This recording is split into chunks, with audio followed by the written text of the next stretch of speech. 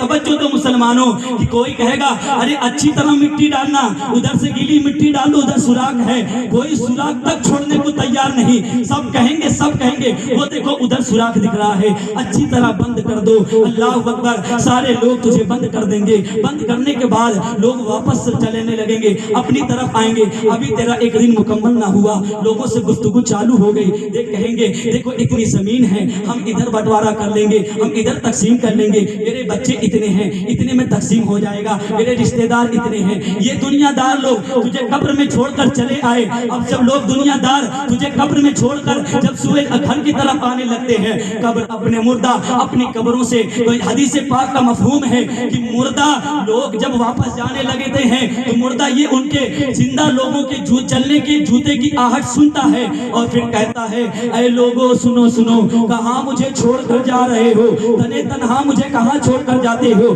2 گز زمین ہے، آگے پیچھے اوپر نیچے سب مٹی ہی مٹی ہے، میں کہاں جاؤں گا، اے لوگو سنو سنو۔ لیکن میرے پیاروں وہ زندہ لوگ نہیں سن سکتے، سارے لوگ چلے آئے، بہت پیار کرنے والا ہوگا، چند گھنٹے وہاں کھڑے ہو کر دعائیں کرے گا، اپنی آنکھیں اشک بار کرے گا، روئے گا، اور پھر وہاں سے جب آئے گا نکل آئے گا، اب کوئی نہ آئے گا، اب تیرے سامنے نہ تیرے قبر میں نہ ماں آئی، نہ باپ آیا، نہ بھائی آیا، نہ بہن آئی، نہ کوئی رشتے دار آیا، نہ کوئی احبہ آیا، نہ کوئی دوست آیا، اب تیرا کام، اب تیرے ساتھ کوئی کام آئے گا، تیرا اعمال کام آئے گا، تیرا اعمال کام آئے گا، اور آخر میں جب فرشتے آئیں گے پوچھیں گے من رب کا، تیرا رب کون ہے، ماں دین کا، تیرا دین کیا ہے، آخر میں جو جلوہ ہوگی، جو مدد کے لیے آئیں گے وہ کوئی اور نہیں آئے گا، ایسا تیسا نہیں، وہ آمینہ کلال احمد محمد مصطفیٰ تشریف لا کر تیری مدد فرمائے گا۔ بے شک نعرہ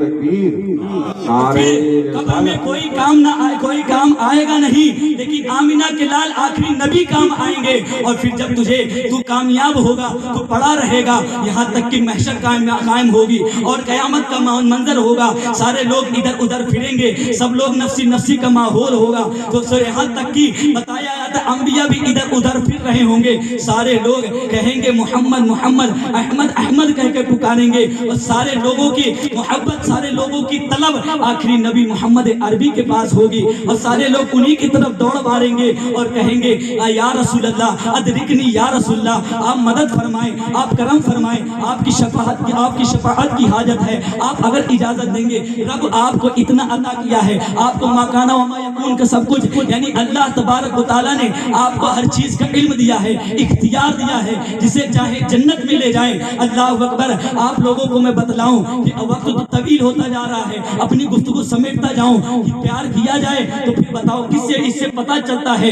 اگر پیار کیا جائے تو محمد عربی سے پیار کیا جائے تو اللہ کے حبیب غیبت نبی سے پیار کرنا، خدا کی عزت کی قسم، رسول پاک کا فرمان، جس نے میری سنت سے محبت کیا گویا اس نے مجھ سے محبت کیا، اور جس نے مجھ سے محبت کیا جنت میں میرے ساتھ ہوگا۔ تو میرے پیارے، کون جنت میں جانا نہیں چاہتا؟ تو رب رسول میرے آقا صلی اللہ علیہ وسلم کا فرمان ہے، نماز میری آنکھوں کی ٹھنڈک ہے، نماز میری آنکھوں کی ٹھنڈک ہے۔ میرے پیارے مسلمانوں، نماز پڑھ پڑھ کر نبی کی آنکھوں کی ٹھنڈک پہنچا، تیرے گھر کی آگ خود بخود بجھ جائے گی۔ اس پر ایک حدیث پاک ہے، لیکن وہ وقت نہیں کہ میں بیان کروں، الغرض یہ کہ اے مسلمان، اے مسلمان، تیرے لیے میرے آقا اور ہمارے آقا رات کو روتے رہے، امت کہہ کر کہ میری امت کا کیا بنے گا، میری امت کا کیا بنے گا۔ لیکن اللہ اکبر، آج کا مسلمان دکان پر داڑھی منڈاتا ہوا دکھائی دیتا ہے، نماز کو ترک کرتا ہوا دکھائی دیتا ہے، گانے بجے سن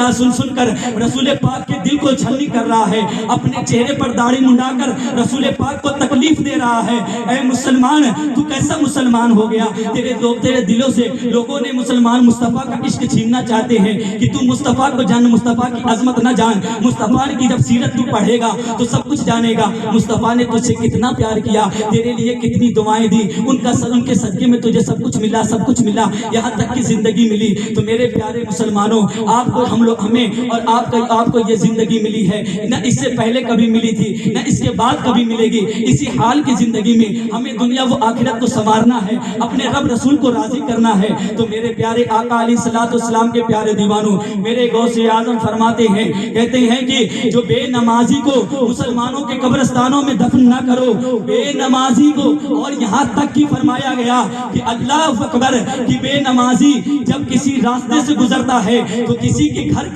के चौखट पर पर्दा अगर ना लगा हो और वो बे नमाजी गुजरता है तो उसकी नहुसत से बेबरकती नजर आती है। तो मेरे प्यारे आका सल्लल्लाहु अलैहि वसल्लम के प्यारे दीवानों, नमाज को पकड़ो। नमाज अहम चीज है। अपने ईमान और अकीदे के बाद जब अकीदा दुरुस्त है फिर सबसे अफजल इबादत नमाज है। बंदा नमाज को जब पढ़ता है, अल्लाह के हबीब नबी सल्लल्लाहु अलैहि वसल्लम फरमाते हैं, नमाज पढ़ने से नमाज पढ़ो, नमाज मेरी आंखों की ठंडक है। नमाज पढ़ने से पुरसुकून मिलता है और हर चीज दोनों जहां समझ जाता है। तो मुसलमानों, अपने आप को संवारो, अपने कब्र को संवारो। इतना नाजुक है बदन तुम्हारा, अगर मच्छर डंक मारे तो सहा नहीं जाता। अगर जरा सी गर्मी सूरज अपनी तपिश बरसाने लगे तो तेरा बदन सहा नहीं जाता। अगर ठंडी सर्दी थोड़ी सी बहे चलने ज्यादा मजीद बढ़ने लगी तो तेरी ज़बान से बेसाख्ता आह की आवाज आती है। इतना कमजोर है इंसान, इतना कमजोर है इंसान। लेकिन अल्लाह अकबर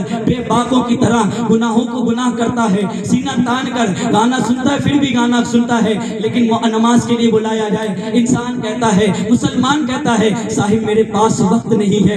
मेरे प्यारे, वो वक्त जरूर आएगा, जब तू वो वक्त जरूर आएगा कि लोग तुझे, जब वो वक्त आएगा लोग तुझे तेरे जिस्म से रूह निकलेगी, लोग सुबह कब्रिस्तान की तरफ लेकर जाएंगे कि बेहतर है, सबसे बेहतर ये है कि तू जीते जी अपने रब की तरफ आ जा। बहलूल दाना एक बाजार पर जाते हैं, यही वाक़या बयान करके खत्म।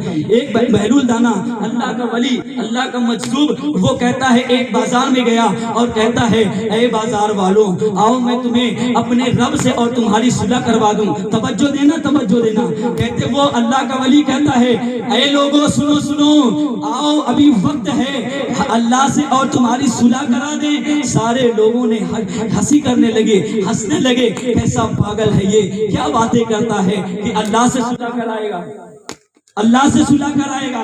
तू पागल है, ए पागल तू जा, माज़अल्लाह नाउज़ बिल्लाह। उसे उस अल्लाह के प्यारे वली को लोगों ने पागल कहकर यानी मजनू कहकर मजाक उड़ाने लगे।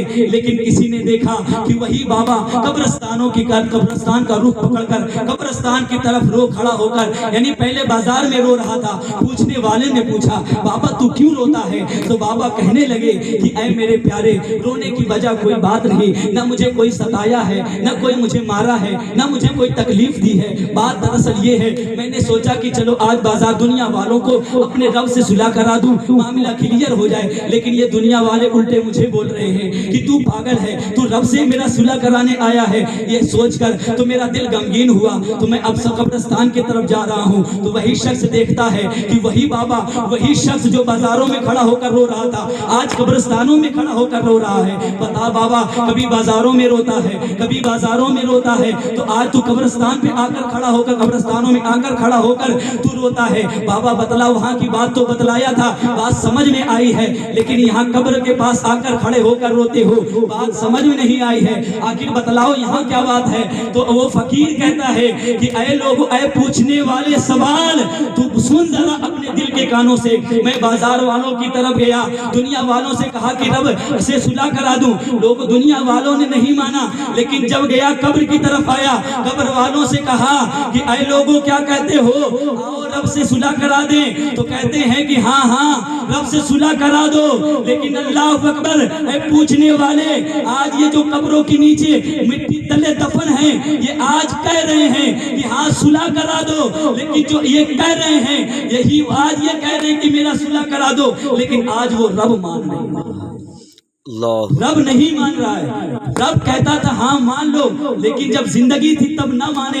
आज जब जिंदगी गुजार कर चले गए, फिर कहते हैं कि मेरे रब से सुलह करा दो, अज़ाब कब्र में मुब्तला हूँ, अज़ाब कब्र में परेशान हूँ, मुब्तला, यानी सुलह करा दो। तो मेरे प्यारे, पता चलता है इसी मुख्तसर सी जिंदगी में अपने आप को संवारना है, कब्र को भी संवारना है और अपने हश्र को भी संवारना है। रब रसूल को राजी करके अपने आप को दीन की, अपने आप को इबादत की जिंदगी में लगा दिए। खुदा की कसम मैं कहता हूँ, जो कहता है, जो यानी फिल्मा देखता है, मैं आपको बतलाना चाहता हूँ कि आप लोगों से अगर पूछूं तो कहूँ कि सबसे आपको खाना क्या अच्छा लगता है। आप जो यानी जिनको गोश्त पसंद होगा वो कहेगा कि मुझे गोश्त पसंद है, जिसे गोश्त की लज्जत ही नहीं मालूम वो क्या कहेगा कि मुझे गोश्त पसंद है।